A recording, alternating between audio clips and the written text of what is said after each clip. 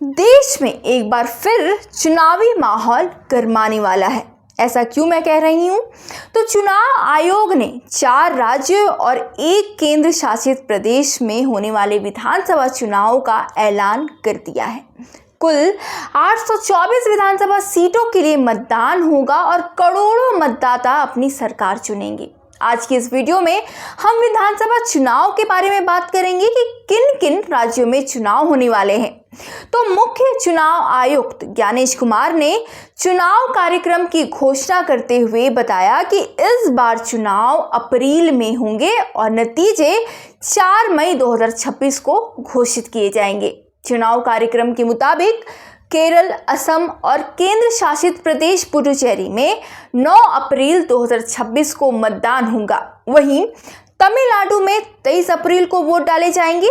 इसके अलावा पश्चिम बंगाल में चुनाव 2 चरणों में होंगे। पहला चरण 23 अप्रैल को होगा और दूसरा चरण 29 अप्रैल को आयोजित किया जाएगा। नामांकन प्रक्रिया 16 मार्च से शुरू होकर जो कि शुरू हो चुकी है 23 मार्च तक चलेगी और नामांकन वापस लेने की अंतिम तारीख 26 मार्च तय की गई है। अब हम बात करेंगे सबसे पहले तमिलनाडु और पश्चिम बंगाल की। तो इन चुनावों को बेहद दिलचस्प माना जा रहा है क्योंकि तमिलनाडु में डीएमके की कोशिश होगी कि वह लगातार दूसरी बार सत्ता में वापसी करे। वहीं पश्चिम बंगाल में मुख्यमंत्री ममता बनर्जी लगातार चौथी बार सत्ता हासिल करने के लिए पूरी ताकत झोंक देगी। अब बात करते हैं केरल विधानसभा चुनाव की। तो केरल में कुल 140 सीटों पर चुनाव होने जा रहे हैं। यहाँ सीपीएम ने ऐलान किया है कि पार्टी 86 सीटों पर चुनाव लड़ेगी। पार्टी ने 81 उम्मीदवारों की पहली सूची जारी भी कर दी है। इस चुनाव में 6 निर्दलीय समर्थित उम्मीदवार और 10 महिला उम्मीदवार शामिल है। इसके अलावा सूची में 2 मौजूदा मंत्री और 1 पूर्व मंत्री भी शामिल है। मुख्यमंत्री पिनराई विजयन समेत उनके मंत्रिमंडल के 11 सहयोगियों को भी चुनाव मैदान में उतारा गया है। उम्मीदवारों की घोषणा के बाद कई उम्मीदवारों ने 15 मार्च से ही अपना चुनाव प्रचार है वो शुरू भी कर दिया है। अगर पिछले चुनाव यानी 2021 की बात करें तो वामपंथी गठबंधन ने लेफ्ट डेमोक्रेटिक फ्रंट यानी एलडीएफ ने बड़ी जीत हासिल की थी। एलडीएफ को 99 सीटें मिली थी जबकि कांग्रेस के नेतृत्व वाले यूडीएफ को 41 सीटों पर जीत हासिल की थी। वहीं बीजेपी राज्य में अपनी पकड़ मजबूती करने की कोशिश कर रही है। पिछले चुनाव में बीजेपी ने 115 सीटों पर उम्मीदवार उतारे थे, लेकिन पार्टी को एक भी सीट नहीं मिली थी और 84 उम्मीदवारों की जमानत जब्त भी हो गई थी। अब हम बात करते हैं असम विधानसभा चुनाव की।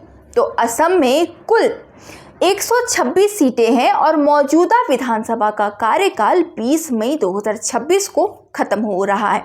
चुनाव की घोषणा के बाद आम आदमी पार्टी ने अपनी पहली सूची जारी कर दी है जिसमें 14 उम्मीदवारों के नामों की भी घोषणा कर दी है।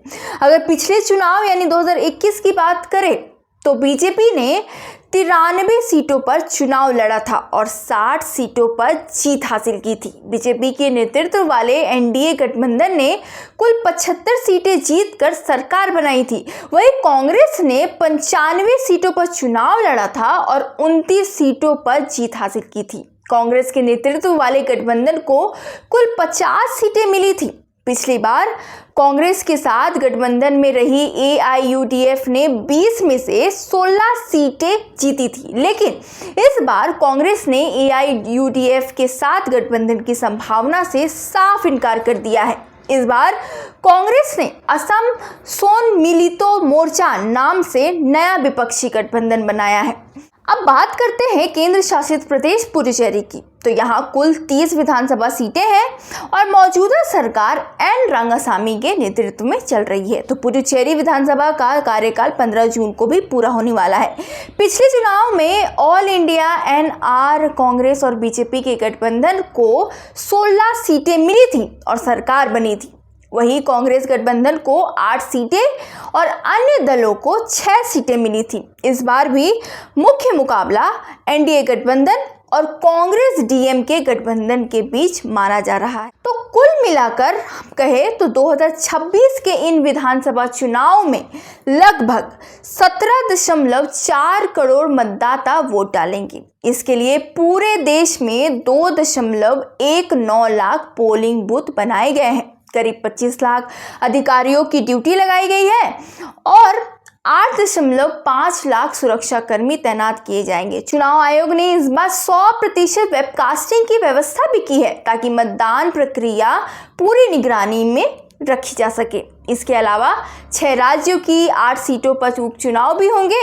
इनमें गोवा, गुजरात, कर्नाटक, महाराष्ट्र, नागालैंड और त्रिपुरा शामिल है। तो कुल मिलाकर देश में चुनावी माहौल पूरी तरह तैयार है और आने वाले हफ्तों में राजनीतिक गतिविधियां और तेज होने वाली है। जैसे जैसे अलग पार्टियों के उम्मीदवारों की सूची सामने आएगी, हम आपको अपडेट देते रहेंगे। फिलहाल इस खबर पर आपकी क्या राय है, हमें कमेंट बॉक्स पर ज़रूर बताएं और इसके साथ ही वीडियो पसंद आए तो लाइक ज़रूर करें और ऐसे ही अपडेट्स के लिए हमारे चैनल को सब्सक्राइब करना ना भूलें। अब लास्टली हम आपको ऐसे एनालिटिकल वीडियो लेकर आएंगे, देश विदेश की खबरें लाते रहेंगे।